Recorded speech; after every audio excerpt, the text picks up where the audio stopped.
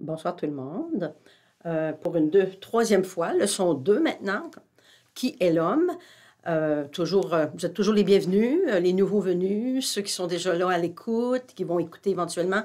Tout est enregistré, en différé. Si vous avez manqué la leçon 1, ben, vous pouvez très bien la revoir.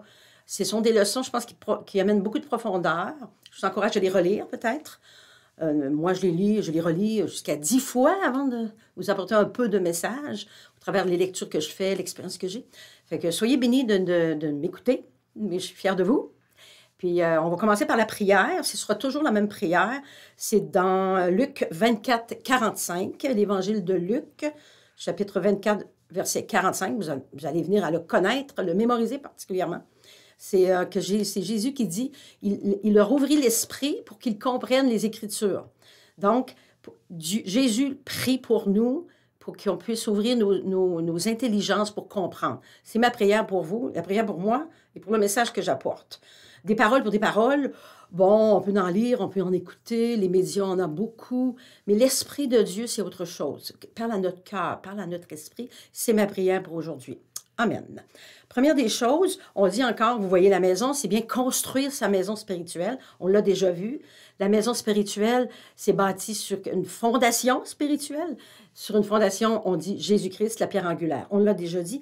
Par contre, il y avait un autre verset qui pourrait ajouter à construire sa maison. C'est dans Hébreux, chapitre 3, verset 6. Le livre de Hébreux, ce sont les Juifs, évidemment. On suspecte que c'est Paul, l'apôtre Paul qui a écrit Hébreux. C'est vers la fin de votre Bible.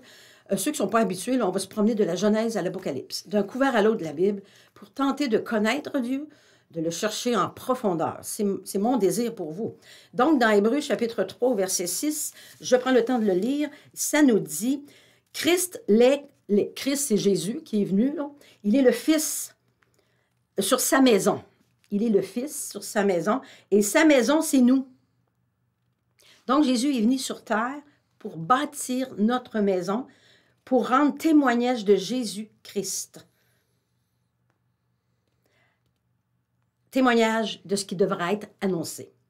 Donc, on témoigne de Jésus-Christ. Premièrement, il faut reconnaître que sa maison, c'est nous, maison spirituelle. C'est une maison dans l'esprit, notre maison à l'intérieur de nous. Il y a Éphésiens aussi. Éphésiens, c'est encore Paul qui écrit à Éphèse, qui nous dit, Éphésiens au chapitre 2, au verset 21, Paul écrit, l'apôtre Paul, qui nous écrit dans une lettre à Éphèse, au verset 21, en Jésus, qu'on dit, tout l'édifice est bien coordonné. Il s'élève pour être un temple saint dans le Seigneur. Donc ici, Paul nous dit que nous sommes un édifice. Jésus a dit que nous sommes la maison. Puis ici, c'est le temple saint, sanctifié, maison de Dieu. Donc, ça peut ajouter à notre titre, construire notre maison spirituelle. Et c'est le but des leçons qu'on a. Donc, il y a 2 semaines, on parlait de qui est Dieu. Qui est Dieu? J'espère qu'on le connaît un tout petit peu plus. C'est pas évident. Ça restera toujours une question. Dieu, je crois qu'en lisant la Bible de couvert à l'autre, on peut découvrir Dieu à chaque page. Alors, vous imaginez la grandeur de Dieu. Donc, on s'approche un peu, toujours un peu plus, mieux le connaître. Parce que Jésus, il dit, le fait de le connaître, c'est la vie éternelle, le connaître, lui, le seul vrai Dieu. Donc, est-ce qu'il y aurait de faux dieux?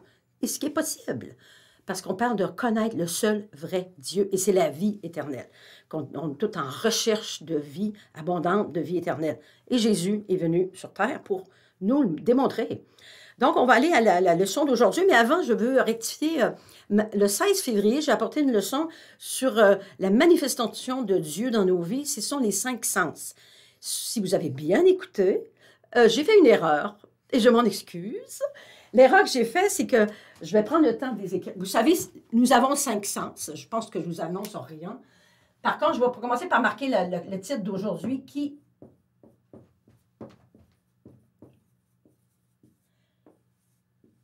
Encore une question, qui est l'homme? Est-ce que c'est plus simple d'expliquer l'homme que Dieu? Je ne croirais pas. Par contre, je vais revenir à mon erreur que j'ai faite le 16 février exactement. On a 5 sens. J'ai écrit la vue, la première, l'ouïe, hein, l'écoute. Ensuite, on avait le toucher. On avait...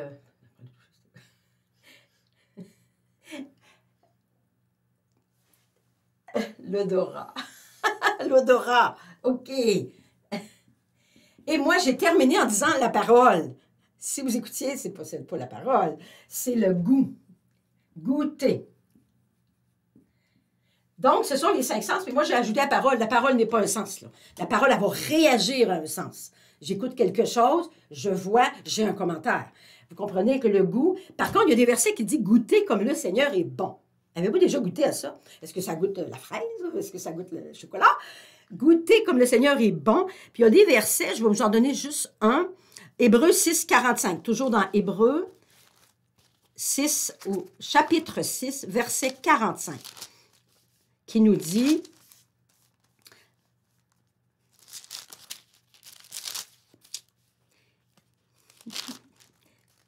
Es-tu à 45, chapitre 6? Aïe, aïe, aïe, c'est pas ça. Ah, il y a une erreur, c'est pas bon, on peut prendre Apocalypse 10, 10. Je vois juste, c'est parce que pas, je me suis trompée de verset, c'est pas grave, là. Dans l'Apocalypse chapitre 10, au verset 10, Jean, l'apôtre Jean, est pris en vision. Puis, l'ange qui vient vers lui, lui dit, prends le livre et mange-le. Il va le prendre, il va être doux à son palais. Donc, quand on prend la parole, qu'on la lit, c'est doux au palais. Je reviens, Hébreux 6, c'est le verset, chapitre 6, verset 6, non, verset 5, excusez-moi, qui ont goûté la bonne parole de Dieu et les puissances du siècle à venir. On parle de quelqu'un qui connaît Dieu et qui goûte la bonne parole de Dieu. La bonne parole, parce que c'est quelque chose qui est bon.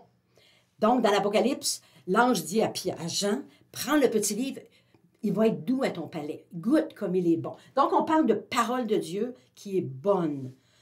L'odorat, on avait vu que c'était des parfums, c'est des prières.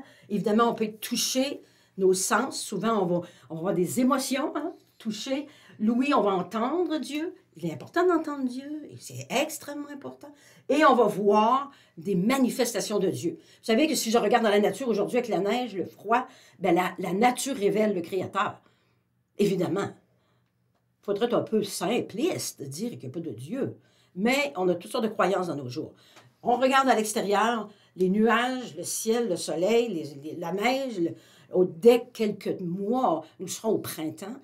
Ben, il y a quelque chose d'immense là-dedans. L'immensité de Dieu se révèle dans la nature. Donc, je voulais juste rectifier ici, là. Par contre, on va aller à la leçon 2. Et c'est évidemment qui est l'homme. Prétendre connaître Dieu, déjà, c'était un petit peu prétentieux. Prétendre connaître l'homme, c'est aussi prétentieux. Mais on va tenter quelque chose. Donc, on a exploré avec la leçon 1 le monde de Dieu, le monde divin, sa nature divine, nature émotionnelle, nature sociale. Maintenant, on va explorer le monde de la nature humaine, le monde humain.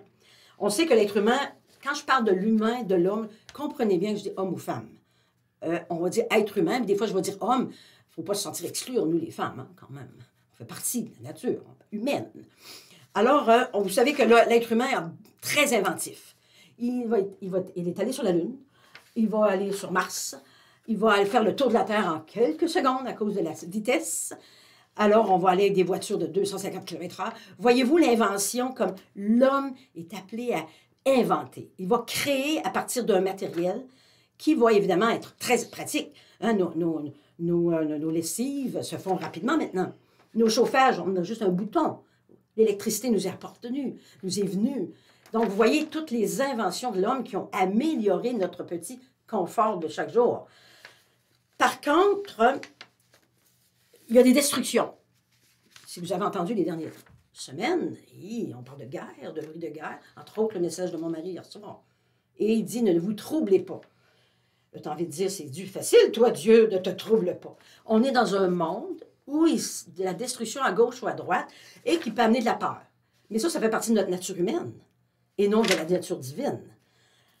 Donc, on va aller dans le psaume, chapitre 8, au verset 5. Psaume, c'est au milieu de la Bible. David est un berger qui gardait des moutons. Quel âge qu'il avait? Peut-être un peu adolescent. Et il y avait une petite guitare, on dirait une harpe, et il composait des chants, tout simplement, alors que les moutons vont brouter, il va composer. Donc, le psaume, chapitre 8, au verset 5, c'est notre verset pour commencer. Qui est l'homme? Parce qu'on commence avec des questions. Je vous avertis, on aura toujours des questions. Toujours. Psaume chapitre 8 au verset 5 qui nous dit « Qu'est-ce que l'homme pour que tu te souviennes de lui? Et le fils de l'homme pour que tu prennes garde à lui. » Qu'est-ce que l'homme pour que tu prennes soin de lui? Pour que tu prennes garde, que tu le protèges. Moi, je donnerais mon nom. Qui suis-je, moi, Julienne, pour que tu prennes soin de moi? Pour que tu prennes, que tu te souviennes de moi? Qui suis-je, moi? C'est troublant, ce verset-là. Qui suis-je? Je suis mieux que les autres. Je suis plus grande, plus petite, plus belle. Non, non, non, ça n'a aucun rapport. La parole est là. Dieu prend soin de l'homme. Point. OK. On peut se questionner, par contre. Donc, l'humanité, avec ce verset-là, on voit que l'humanité a une grande valeur aux yeux de Dieu. C'est pas juste, là, c'est le petit gars, là, sur le coin de la table, là. Il a une grande valeur aux yeux de Dieu. Et pourquoi? Encore une question. Puis je vais aller dans un énoncé que j'ai donné dès la première leçon, qui était le 2 février. L'énoncé que j'ai dit, j'ai lu à quelque part. Quand Dieu est une question plus qu'une réponse, et que Dieu répond à toutes nos questions, en formulant d'autres questions beaucoup plus profondes. Donc, quand Dieu nous pose une question, c'est pour nous approfondir. Il y a les réponses à nos questions. Par contre, il nous formule d'autres questions. L'autre question, qui est l'homme? Donc, on va explorer encore. Après ça, j'aurai le mot. Vous vous rappelez qu'on a vu Dieu ici. Je vais marquer Dieu, là. Souvenez-vous que Dieu, 3 personnes, unité en Dieu. On va marquer 1. Ça, c'est la leçon des 2 dernières fois, là. Dieu, c'est 3 personnes. Il y a une unité dans les 3. OK. Donc, on dirait que c'est comme inaccessible, ça, comprendre ces choses-là. Donc, ça devient, on dirait, un mystère. Donc, on va parler d'un mystère. Dieu est un mystère. Est-ce que l'homme sera un mystère? Ben, je pense que oui. Hein. Ben, je pense que oui. Mais c'est quoi un mystère? C'est quelque chose qui est caché, comme inaccessible à la raison humaine. C'est le dictionnaire qui va donner la définition. Attention. Donc, dans notre recherche, allons au dictionnaire, allons scruter ailleurs. C'est quelque chose qui est caché, inaccessible à la raison humaine. D'où le mystère de la Trinité. Dans Marc, chapitre 4 au verset 1, on va parler un petit peu de mystère. Dans Marc, c'est un évangile. On a vu 4 évangiles. Matthieu, Marc, Luc, Jean, écrits par des évangélistes qui annoncent la bonne nouvelle. Marc, chapitre 4.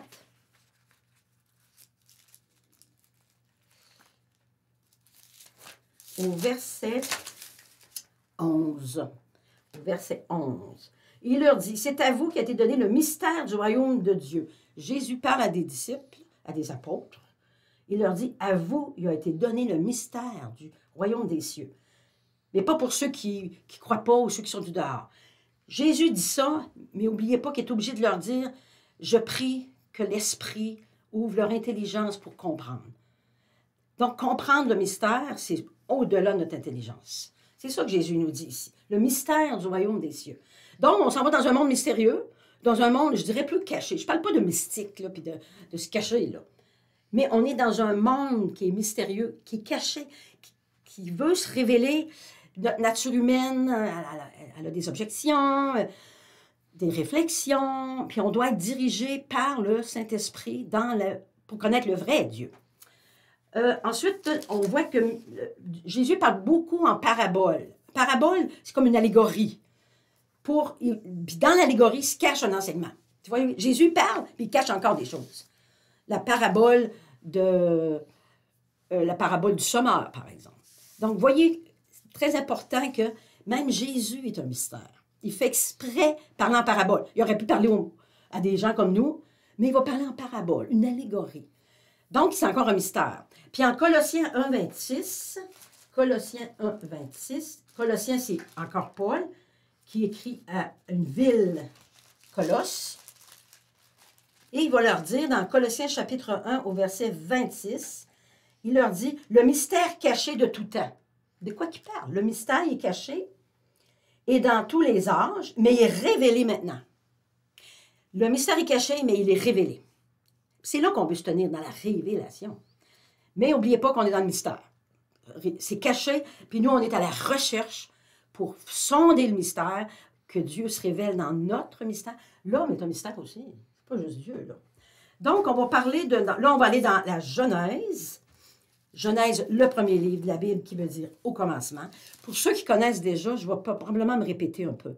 Mais il faut absolument qu'on aille en profondeur. Donc, on revient au premier chapitre de Genèse. On a vu que Dieu a dit, puis il a séparé les abîmes. Bon, chaque fois que Dieu a dit, la lumière est apparue. Dieu dit, les ténèbres, c'est le ciel qui a apparu. Ensuite, Dieu a dit, la terre, il y a eu une terre sèche. Et Dieu dit, puis il y a eu la verdure. Dieu dit, il y a eu des arbres. Dieu dit, il y a le soleil pour briller le jour. La lune qui préside la nuit. Dieu dit. On l'avait dit la dernière fois. Mais par contre, après ça, il va dire que les oiseaux dans les ciels, les poissons dans la mer, le bétail, et ainsi de suite. Ça, Dieu dit. Chaque journée de la création.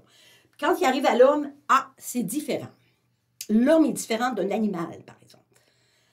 Parce que là, il va prendre, c'est au chapitre 1, au verset 26, « Faisons l'homme à notre image, selon notre ressemblance. Faisons l'homme à notre image. » Vous vous rappelez, on avait vu tout Dieu ici. L'homme est donc constitué comme Dieu, à son image. Donc, j'efface ici les 5 sens, là. J'enlève le mystère. On a compris qu'on est un mystère, là. Puis je vais laisser Dieu là. Donc, on va reprendre le triangle Dieu. Puis je vais faire le triangle homme. On est créé à l'image de. On va essayer de voir les ressemblances.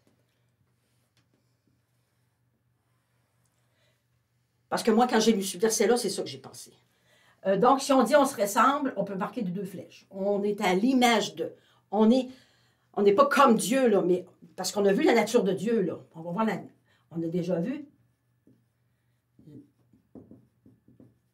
la nature divine. Ici, on voit la nature humaine.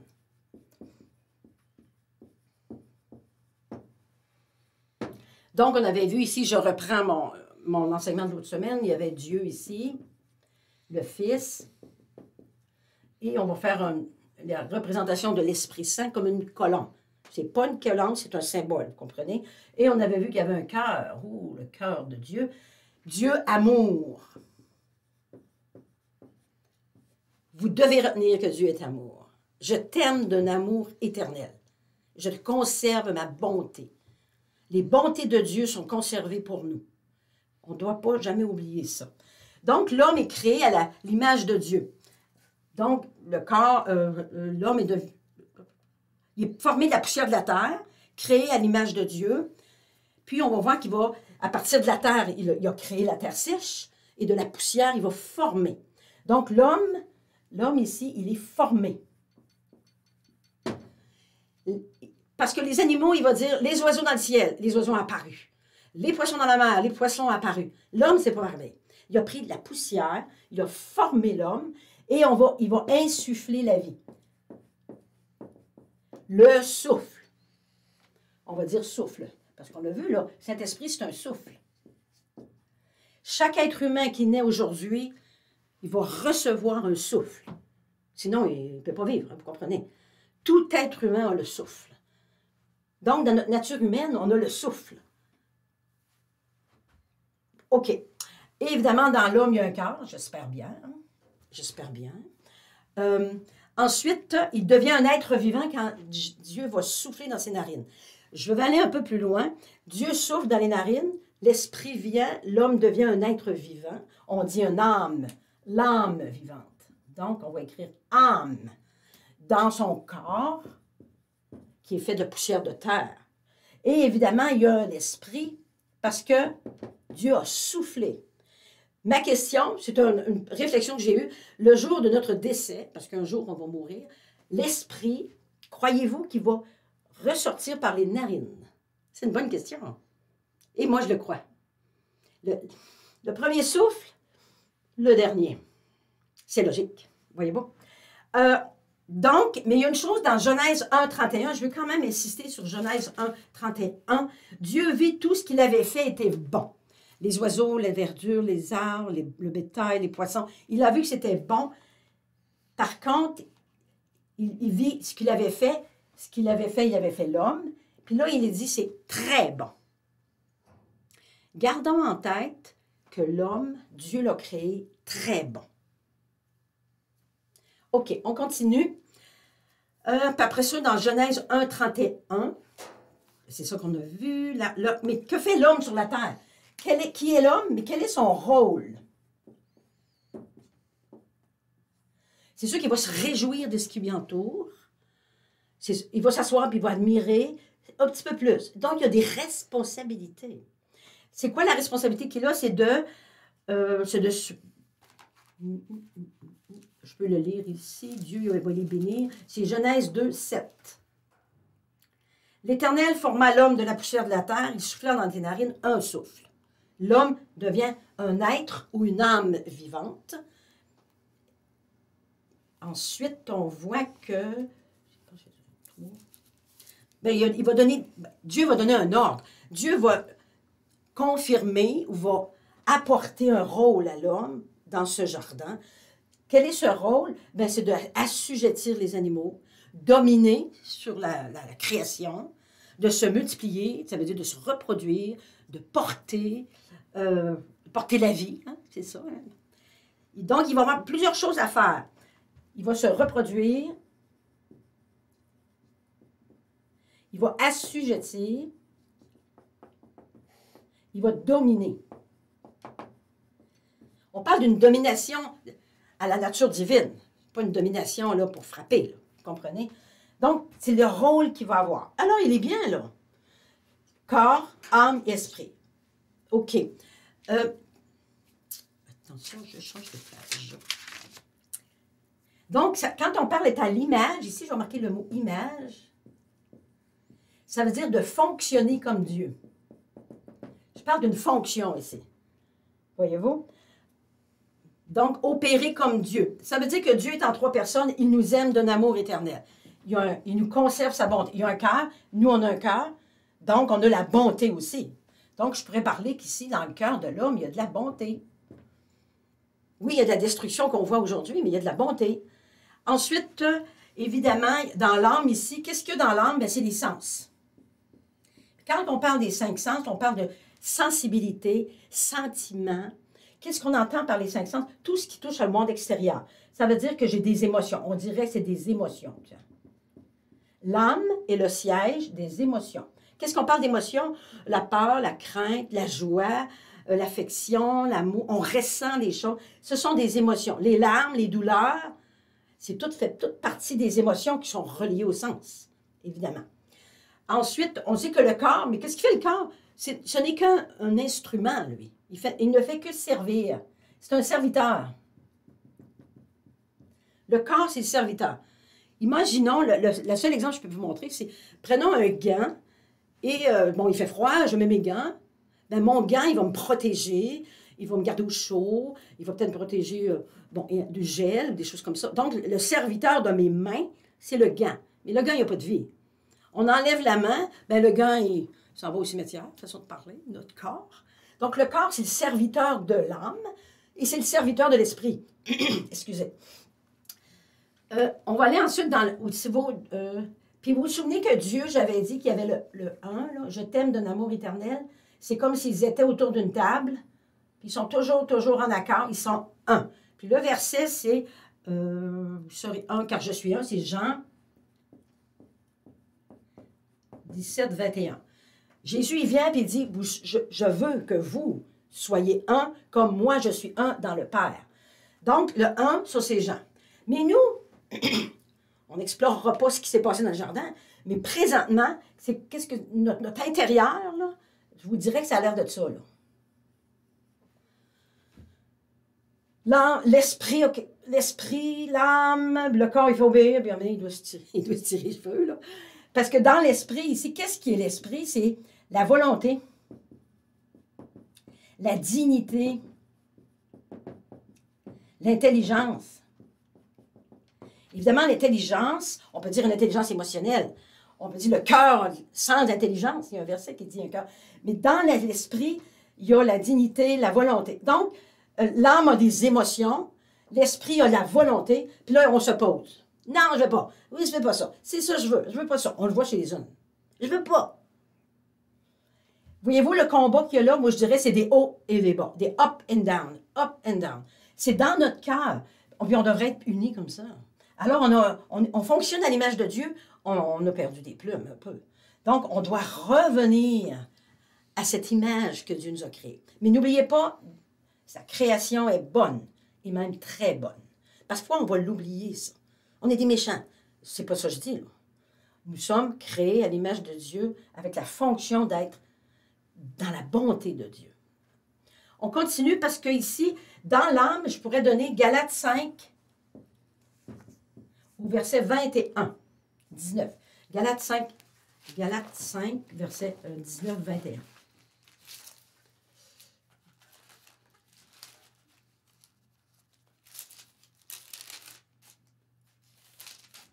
Galates, Paul encore écrit à des gens qui sont en Galatie, Galates, chapitre 5, verset 21. L'envie, l'ivrognerie, les acceptables, les choses semblables, l'impureté, dissolution, jalousie, animosité, dispute. Il y en a beaucoup de choses ici, là. 19, 21. C'est tout dans l'âme. Donc, on est comme, on est toujours comme ça, en ambivalent. La jalousie, la colère, le non, puis la crainte. Moi, comme vous, là, je suis comme ça, là. Alors que les fruits de l'esprit, parce que l'esprit, il devait avoir des fruits aussi, c'est Galates 5, 22. Puis on prend le temps de lire. Dans l'esprit, Galates 5, 22, il dit le fruit de l'esprit. Pour qu'il y ait un fruit, c'est parce qu'il y a une semence.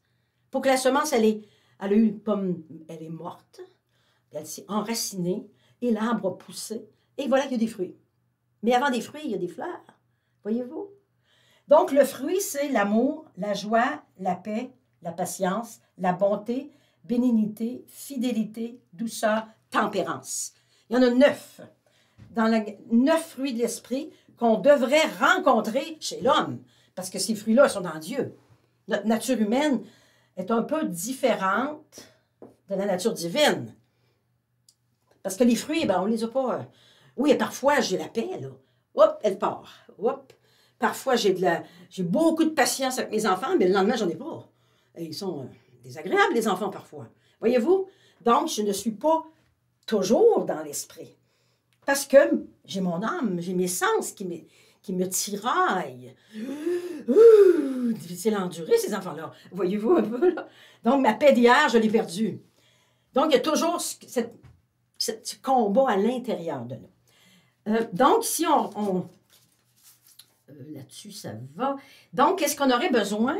On aurait besoin que notre cœur, parce qu'il y a d'autres versets qui disent que votre cœur sans intelligence. Romains 1, 21.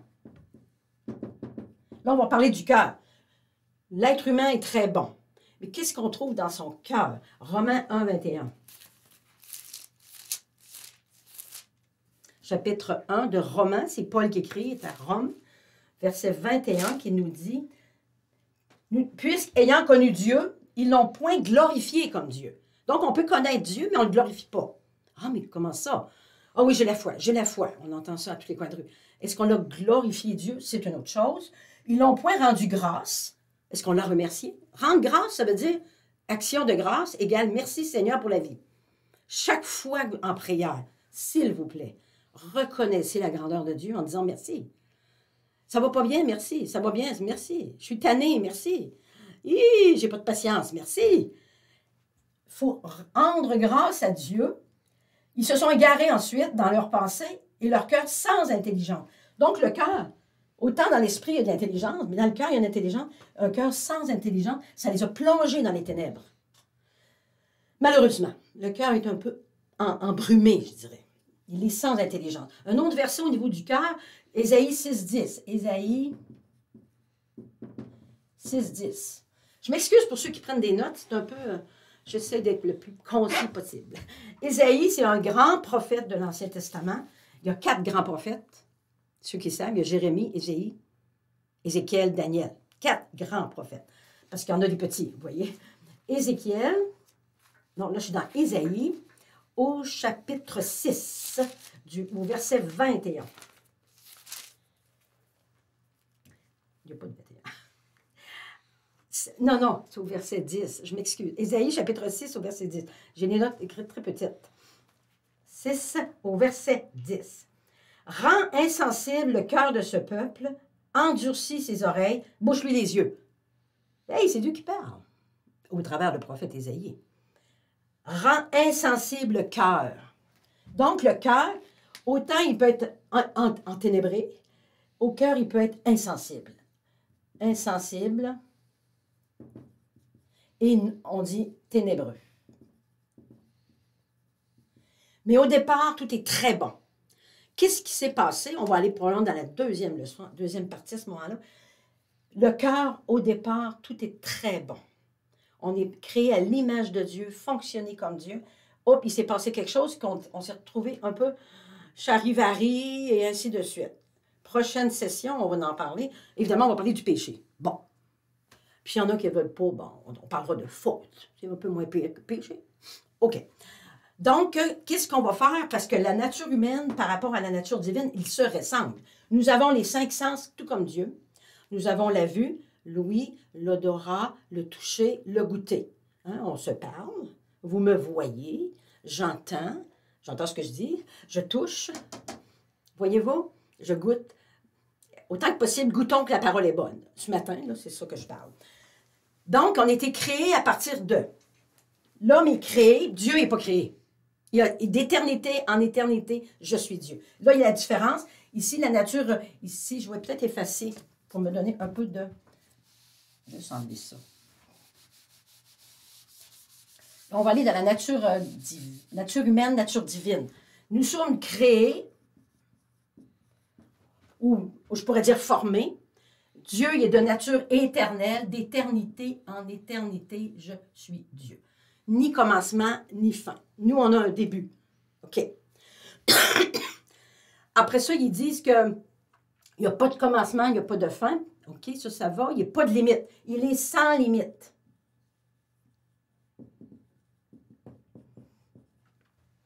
Dieu est sans limite. Nous sommes limités. On est limité. Tout à l'heure, là, je dois partir.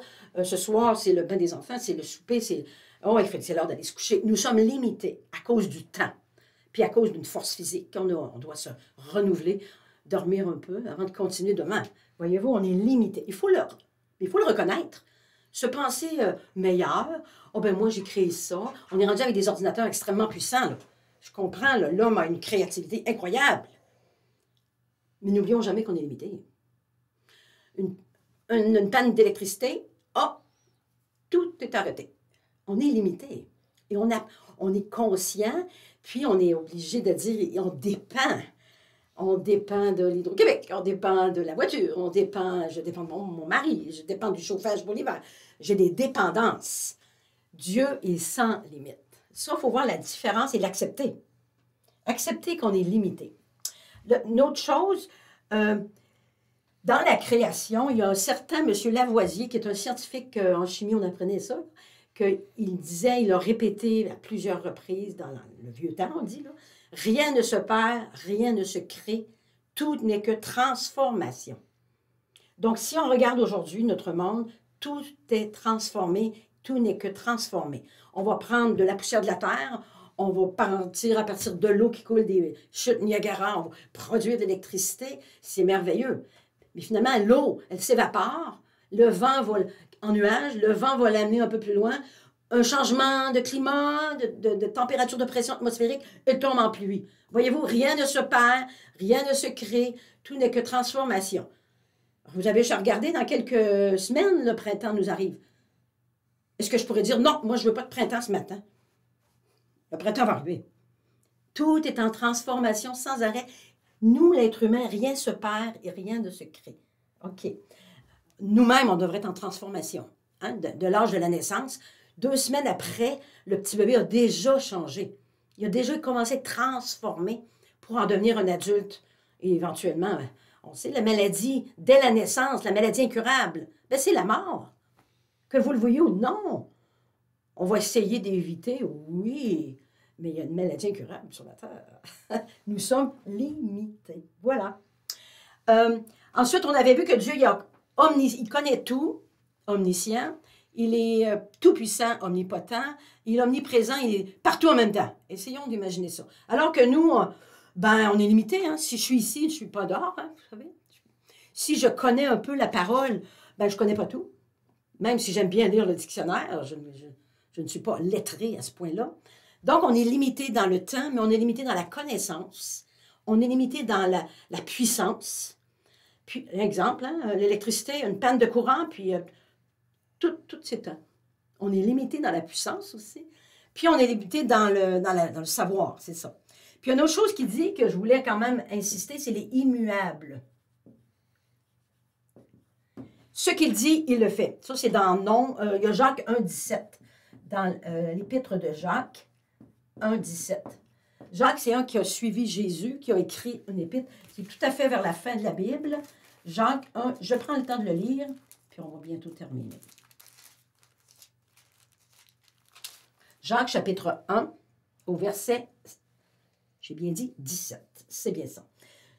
Toute grâce excellente, tout don parfait descend d'en haut. Tout est parfait quand ça descend d'en haut. Okay? Le Père des Lumières, dans lequel il n'y a ni changement, ni ombre de variation. Donc, Dieu n'a pas changé. Nous, on est dans un temps un peu plus corsé à cause des destructions qui se passent. Là. Mais lui, il n'a pas changé. Il est immuable. Aucune variation. Imaginez l'homme. Alors que l'homme, oui, il est changeant. L'homme, il est changeant. Aujourd'hui, c'est blanc, c'est blanc, c'est blanc. 2 semaines ou 3 semaines, non, non, non. Puis là, on va dire, mais tu as dit ça. Non, non, j'ai pas dit ça. Voyez-vous comment c'est changeant, là? L'homme, c'est changeant. Je vais le marquer ici. Dans ses limites, il est changeant. Dans une seule journée, il peut changer d'humeur. J'avais de la patience ce matin. Le soir, j'en ai pas. Hein? Déjà, je suis changeant. Et Dieu, il est immuable. Les caractéristiques de la nature divine, c'est différent de la nature humaine. Mais on est formé à son image, fonctionner à son image. Après ça, je termine en disant que l'âme, là ici, dans l'âme, il y a les 5 sens, puis ça gouverne beaucoup l'âme.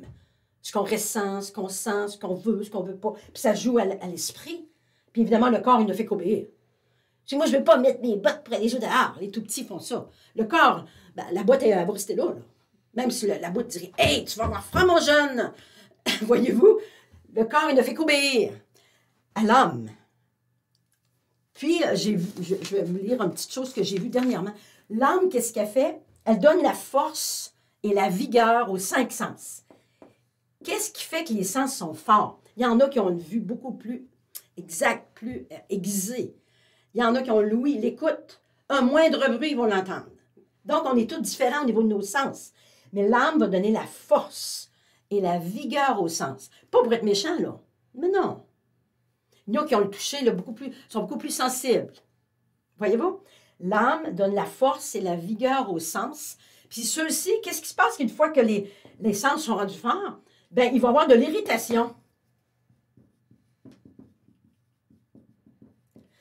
Ferme ce bruit, il est trop fort. Vous avez déjà entendu ça? Je suis irritée dans mon écoute. Le volume, monte le volume, je n'entends pas. Voyez-vous? Nos sens, ils s'irritent. L'âme donne la force, l'âme s'irrite et elle s'agite. Il n'y a pas juste l'irriter, elle s'agite aussi. Ah ben là, moi, je m'en viens, il y a trop de bruit ici. Qu'est-ce qui se passe? Il y a une agitation, là. Agité. L'âme donne la force aux 5 sens, vigueur, force, qui n'est pas mauvais. Puis que font les sens? Ils sont facilement irrités, ils vont s'agiter. On voit ça chez un nouveau-né. Ah oui, on leur met une petite musique douce. Ils vont s'endormir tout doucement. Voyez-vous? Donc, son âme, ses sens sont apaisés. Et évidemment, on se retrouve avec une courbe comme ça, alors que Jésus veut qu'on soit comme ça. Dans une même journée, je pense même dans 10 minutes, on peut passer de là à là. Donc, qu'est-ce qu'on va faire pour revenir au vrai fonctionnement que Dieu nous a promis? On est à l'image de Dieu. C'est pour ça que Jésus est venu, puis on a vu qu'il était mort sur la croix. Il y a tout un mystère révélé dans la croix. Il va falloir l'expérimenter un petit peu plus tard. Donc, Dieu, il nous dit, vous allez comprendre qu'une des premières semaines, dans Proverbe 23, 26, je pense que je vous ai laissé avec « Donne-moi ton cœur » et que tes yeux se plaisent dans mes voies, dans ma démarche, dans mon processus. Pourquoi qu'il dit ça? « Donne-moi ton cœur ». Dans tout ça, qu'est-ce que Dieu il veut? Il veut-tu notre âme? Il veut-tu notre volonté? Il veut notre cœur. Donc, il veut notre cœur. Donne-moi ton cœur. Mais pourquoi? C'est une prière, hein? Moi, je l'ai faite avec des ados là, il y a 2 jours. Seigneur, je te donne mon cœur. C'est la plus belle prière qu'on peut faire. Mais qu'est-ce qui va se passer si je lui donne? Tout à coup, je me sens bien. Tout à coup, je suis unie. Non. Tout à coup, qu'est-ce qui va se passer ici? Là? Tout ça, là, ça va... le dessin, je pourrais faire. C'est Jean 17, 21, finalement. Son amour, quand je parle d'amour, je parle de Dieu. Il nous transforme, il nous unifie. Il va nous rendre un avec lui. On va devenir un avec lui. Donc, ça veut dire qu'il va y avoir un processus ici de unification. Unification. Quand je parle d'unification, je peux parler de sanctification. Tout à coup, nos humeurs sont moins up and down. Tout à coup, on a une paix qui dépasse l'intelligence. Tout à coup, commence Dieu à nous parler, on semble entendre un peu. On est beaucoup plus agréable à vivre, je dirais. Donc, notre courbe ici, elle va devenir un petit peu plus smooth comme ça. Plus adoucie. Est-ce que ça viendra complètement comme ça? Je ne le crois pas. On est dans la nature humaine, sur une terre, et la destruction est autour de nous. Tout est là pour nous troubler, tout est là pour avoir peur, tout est là et dit et répété pour qu'on tombe dans le malheur, la peur, peur de notre voisin, peur de parler, peur de marcher. Donc, on va être un peu plus adouci. Et c'est ça que les gens recherchent. Cette personne-là, elle semble tellement stable. On dirait que tu as la paix. Explique-moi d'où vient ta paix. Je ressens quelque chose sur toi. Qu'est-ce que c'est? Donc, l'âme, ici, nos sens, il y a encore la force dans l'âme, dans les sens, mais là, il y a moins d'irritation, il y a moins d'agitation, parce que mon cœur est donné à Dieu, puis Dieu commence l'unification au travers de son Fils Jésus. Vous comprenez? Donc, ça va être pour une prochaine fois. Puis après ça, il y a une question de la fin, parce que je termine toujours avec une question. La dernière question d'il y a 2 semaines, c'est est-ce qu'il y avait quelques avantages à connaître Dieu? Je ne sais pas si vous avez répondu. Moi, j'ai continué ma réflexion. Les gros avantages de donner notre cœur et d'être un peu plus unifié dans l'intérieur de nous, dans notre maison spirituelle qu'on est en train de construire. Ça doit être un avantage. Et c'est un gros avantage dans les temps troubles que l'on voit aujourd'hui. Je vous le dis. Donc, la question pour terminer aujourd'hui, es-tu déterminé à trouver le trésor caché au fond de ton cœur? Parce que dans le cœur, il y a un verset qui nous dit... dans Matthieu 6, 21, Matthieu, Marc, Luc, Jean, 4 évangiles encore. Matthieu, c'est le premier évangile. Il a écrit sur Jésus. Matthieu, chapitre 6, au verset 21. « Car là où est ton trésor, là aussi sera ton cœur. » Oh, dans le cœur, il y a un trésor. J'aime ça, les trésors. J'aime ça. Je veux trouver le trésor. Êtes-vous prêt, êtes-vous déterminé à trouver ce trésor au fond du cœur? C'est un mystère encore. Ça, c'est une question. Mais quel est ce trésor caché? Vous seul, vous pouvez le répondre. Quel est le trésor caché que je veux retrouver ou trouver? Il y en a qui ne l'ont même jamais trouvé. Moi, je l'ai peut-être perdu, je veux le retrouver. Alors, ça sera peut-être nos prochaines questions. À vous de réfléchir. Moi, j'ai mes réponses déjà, mais je ne vous les donne pas. Alors, on se voit dans 2 semaines, qui est le 16, mercredi le 16, à la 2e partie de la leçon 2, qui est l'homme. Encore un mystère, on va rester encore dans le mystère, on va essayer de trouver ce qui est caché pour être révélé. Alors, je vous laisse avec ça, je vous bénis, prenez soin de vous et on se revoit dans 2 semaines. Bye bye.